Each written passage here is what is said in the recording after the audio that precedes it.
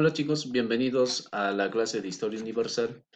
En esta oportunidad nos encontramos para seguir desarrollando sobre lo que es el desarrollo de la historia universal en la etapa de lo que es la Edad Antigua o llamado también las sociedades esclavistas. Para lo cual en esta ocasión vamos a hablar de una de las civilizaciones que es considerada como una de las civilizaciones fluvial. Recuérdate, debes tener en cuenta que una civilización para que sea fluvial debe tener algunos requisitos principales y eso es que tiene que desarrollarse al borde de algunos ríos, ¿no? En este caso China tiene pues un montón de ríos, pero los más importantes han sido dos. ¿Cuáles? El río amarillo y azul. ¿Cuáles? Amarillo y azul. Amarillo y azul. Los dos ríos más importantes para China, que le va a darle pues fertilidad a sus valles, ¿no? Entonces por aquí vamos a hablar de esta civilización llamada pues lo que es la civilización de China. Etimológicamente la palabra China proviene pues del término para ellos de lo que es el mandarín. La palabra China significa pues centro o país pues que está ubicado en el centro del mundo, ¿no? Ellos decían, nosotros somos el país o la nación que es el centro del mundo. Entonces por ahí vamos a tener el término de China. En cuanto a lo que es la ubicación, vamos a encontrarlo en el continente asiático, pero recuérdate que en el Asia vamos a tener tres zonas, ¿no? Asia Menor, Asia Central y el Asia Oriental. Entonces, tres zonas de acuerdo a la división. Asia Menor, que está en las costas del mar Mediterráneo, Asia Central en la zona de lo que es Irak, Irán, y lo que es el Asia Oriental que corresponde a dónde? A lo que es China, ¿ya? Entonces China está ubicado en el Asia Oriental, o llamado de otra manera, ¿no? Otros lo clasifican o lo dividen a Asia en dos partes. El cercano Oriente, que se refiere al Medio Oriente, que está más cerca de Europa, y el lejano Oriente. Y cuando habla del lejano Oriente se refiere pues a los territorios que ha ocupado esta civilización, China. Entonces vamos a tener pues aquí con respecto a China lo que es una de las civilizaciones de la antigüedad. Recuérdate aquí, ¿cuáles eran los ríos de China? El río amarillo y el río azul. Que en el idioma de los chinos, el río amarillo sería pues el río Huangho y el río Yangtze sería el río azul. Y aquí nosotros vamos a ubicarlo en nuestra mapa, ¿no? Aquí vamos a encontrar lo que es el río llamado amarillo y el río azul por esta parte, la parte sur. Entonces el río Yangtze, ¿ya? Entonces ahí hay que tener en cuenta, chicos, la presencia de los dos ríos para esta civilización. Como toda civilización de la antigüedad, va a tener su explicación sobre el origen. Y si hablamos de los orígenes de la China, vamos a tener una explicación mitológica, pero también vamos a tener una explicación histórica, cómo se ha originado, cómo se ha desarrollado esta civilización. Si hablamos en el aspecto mitológico, se explica mediante la leyenda de Panco. Muy bien, cuando hablamos de Panco es el primer habitante de China, es el primer hombre, pero la mitología que dice que este Panco pues no tenía el tamaño normal, ¿no? Imagínate en un principio al mundo el tamaño de un huevo, huevo de gallina. Dentro de ese huevo vamos a imaginarnos a Panco. Entonces, a medida pasan los días, pasan los años, ¿qué pasa con Panco? Va creciendo. Entonces, de esa manera, la tierra y el cielo va creciendo. Entonces, Panco vivió aproximadamente 18.000 años. Oye, entonces, ¿cuánto tiempo? 18.000 años. A los 18.000 años, ¿qué es lo que va a pasar con Panco? Este señor muere y al morir va a dar origen a las cosas de la naturaleza, su cuerpo. Por ejemplo, sus cabellos, sus vellos va a dar origen a las plantas, su respiración al aire, su eco, su voz a lo que es truenos, ¿no? El sudor a la lluvia, sus lágrimas va a dar origen a los dos ríos, al río azul y al río amarillo, sus ojos a la luna y al sol. Entonces, de esa manera, y la pregunta es, profe, ¿y los chinos de qué parte de Panco surgieron? Muy bien, entonces ellos, dice, surgieron, de acuerdo a esta leyenda, de la piel de Panku, ¿ya? Y además su cuerpo va a dar origen a las 5 montañas sagradas de China. Entonces, de esa manera se explica la mitología, ¿no? Cómo se originaron, pero a las finales lo que nos interesa es la explicación histórica, cómo se han originado.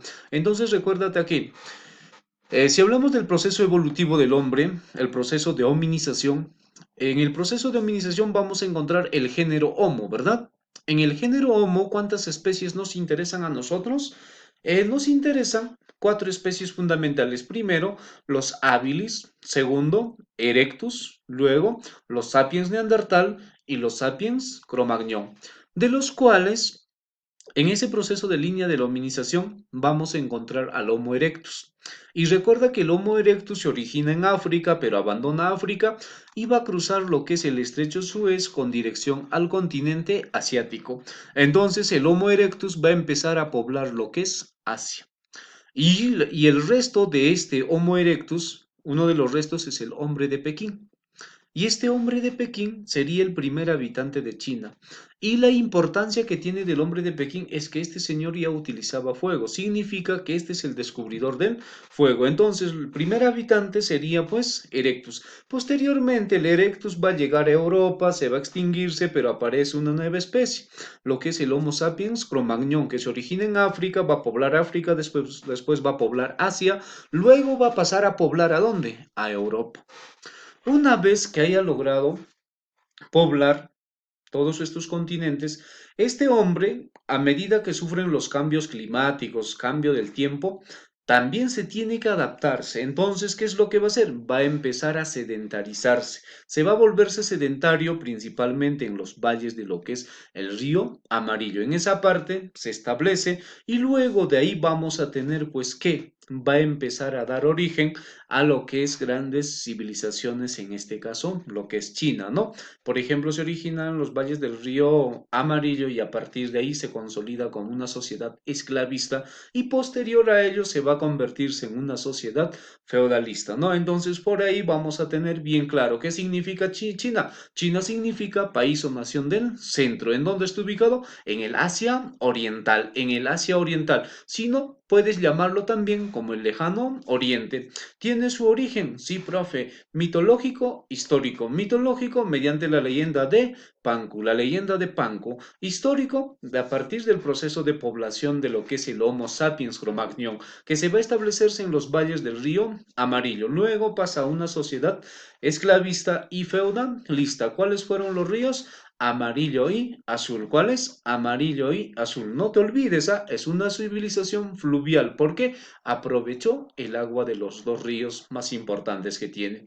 Muy bien, entonces ya tenemos con respecto a lo que es la ubicación geográfica y lo que nos va a interesar también es desarrollar pues los periodos históricos, ¿no? En este caso vamos a tener etapas en la historia de China. ¿Cuántas etapas tenemos? 2 periodos. Primero, legendario o formativo. Entonces, primer periodo, legendario o formativo. Segundo, dinástico o histórico. Ahora, el primer periodo puedes llamarlo también mitológico, ¿ya? Entonces, bien claro, ¿cuántas etapas? 2. Legendario y dinástico. Formativo o histórico. Y lo que es el periodo histórico. Entonces, vamos a ver cuáles fueron los hechos más importantes en el desarrollo de esta civilización. Importantes, sí. Hasta la actualidad tiene aportes, sí. Por ejemplo, este de aquí. El papel. ¿Gracias a quiénes? Es el invento de los chinos, ¿no? Los libros, por ejemplo, las letras, la imprenta, ¿gracias a quién? A los chinos. Oye, si tienes arma, para lo que es para el uso de las armas, pólvora. Entonces por ahí vamos a tener pues los chinos, ¿no? Una brújula para lo que es direccionamiento, gracias a los chinos, ¿ya? Entonces los chinos tienen aportes importantes en este aspecto, ¿ya? Pero vamos aquí, vamos a ver algunas de las cualidades. El primer periodo hemos dicho legendario, formativo o mitológico. Entonces recuérdate, es el periodo legendario, formativo o mitológico en la historia de China. Significa que este periodo pues está justificado o narrado mediante leyendas. Su existencia real no se puede comprobar. Por ese motivo se llama legendario, periodo en el cual se explica mediante las leyendas el origen, la aparición pues de los primeros personajes, en este caso los personajes mitológicos de China. Y justamente aquí vamos a tener a Fuchi. Fuchi dice, de acuerdo a la tradición de China, es el padre de la humanidad, el creador y también el que ha establecido el matrimonio en la línea paternal. Entonces tenemos a Fuchi, quien es el padre de la humanidad, el que ha establecido lo que es el matrimonio. Vamos a tener a Nua. Nua es madre de la humanidad. Esta ha inventado lo que es la agricultura. ¿Y qué sembraban los chinos? Oye, recuérdate que China es un centro de la revolución neolítica. En China se ha domesticado plantas. ¿Qué plantas? Por ejemplo, el mijo, lo que es arroz, la comida más rica, ¿no? Ah, por ejemplo, arroz chaufa, aeropuerto, entre otras cosas más, ¿no? Entonces, por ahí con China vamos a tener la agricultura, ¿ya? Y como tiene ríos, tiene valles importantes y tiene que desarrollar lo que es la agricultura, pero la agricultura por regadío. Vamos a tener a Juan Ti. ¿Y Juan Ti quién es? El primer emperador, el que ha utilizado la rueda, el arado, la escritura. Entonces por ahí vamos a tener con Juan Ti. Y luego vamos a tener a Xilin Shi. ¿Y quién es Xilin Shi? Es la diosa de la seda. Entonces son personajes mitológicos. Eso es para que tengas en referencia, para que tengas en cuenta quienes estuvieron pues en ese periodo, ¿no? Personajes que se duda de la existencia. Si existieron o no, no se puede demostrarse, pero en las leyendas sí existe. Chicos, entonces justamente, por ejemplo, Shilin, la diosa de la seda, ellos empiezan a elaborar lo que es esa tela fina, esa tela que va a ser pues vendida en Europa en un periodo de China posterior, ¿no? A este mitológico, ¿no? Por ejemplo, es una tela finísima que va a ser pues que va a tener una demanda fuerte principalmente de la clase alta del Imperio Romano, ¿no? Entonces por ahí vamos a tener los personajes. Entonces, ¿quién ha sido el padre de la humanidad? Fuxi. Madre de la humanidad, Nuba. El emperador que ha utilizado lo que es la rueda, el arado, la escritura, Guanti. ¿Quién es diosa de la seda? Shilin Shi, ¿ya? Entonces por ahí vamos a tener con respecto a lo que es el periodo llamado el periodo legendario formativo o mitológico, ¿ya? Ahora vamos a entrar a un periodo, lo que es el periodo dinástico o también el periodo histórico. Entonces, bien claro, dinástico o lo que es histórico. En este periodo vamos a ver el desarrollo de varias dinastías. Entonces, de acuerdo a lo que es las excavaciones, los estudios arqueológicos que se ha realizado en China, hay una serie de dinastías que van a gobernar a China. En otras palabras, un grupo de familia que va a gobernar, ¿no? La primera dinastía para China, la dinastía Xia. Luego la dinastía Shang, luego Zhou, Qin y Han. ¿Cómo? Xia, Shang, Zhou, Qin, Han. ¿Ya? Entonces vamos a tener lo que es las dinastías. En este caso ya son dinastías que son comprobadas, ya son dinastías que han dejado registro pues de su presencia, ¿no? A través de cerámicas, construcciones, escritura. Entonces ya tenemos lo que es la información, ¿ya? Muy bien, entonces luego a ello vamos a tener pues lo que es la dinastía Shia. Si hablamos de la dinastía Shia, chicos, hemos dicho es la primera dinastía que se ha comprobado mediante las excavaciones arqueológicas, pero en esta dinastía vamos a tener pues las primera dinastía en donde se va a narrarse pues por ejemplo la presencia de un emperador. El emperador se llama Yu el Grande, el fundador de esta dinastía, por lo tanto sería pues la existencia de él, ¿no? En primer lugar. Luego de la dinastía Xia vamos a tener a la dinastía Shang. En esta dinastía Shang ya tenemos desarrollos importantes, por ejemplo, a nivel mundial, por ejemplo, en China tenemos pues los Shang que llegan pues al gobierno luego de haber derrotado a la dinastía anterior, la dinastía Xia, y ellos se van a establecerse pues en las orillas del río Amarillo y a partir de ahí van a empezar a colonizar toda esa zona, poblarlo, dominarlo para expandirse, ¿no? Entonces ha sido pues prácticamente un estado donde se ha mantenido unificado en los valles del río Amarillo. Pero lo importante de esta dinastía es que ya presenta escritura en los huesos oraculares. ¿Ya? Entonces la dinastía Shang presenta escritura en los huesos oraculares, que eran los huesos más planos de los animales que se utilizaban, por ejemplo, el omóplato, ¿no? Caparazones de tortugas. Entonces, ahí es lo que se utilizaba.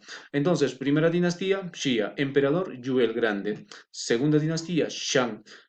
Ahí tenemos la escritura en los huesos oraculares, por ejemplo, ¿no? Y estas dinastías se han establecido al borde del río Amarillo, que está en la parte norte, ¿ya? Muy bien, entonces vamos a seguir desarrollando otras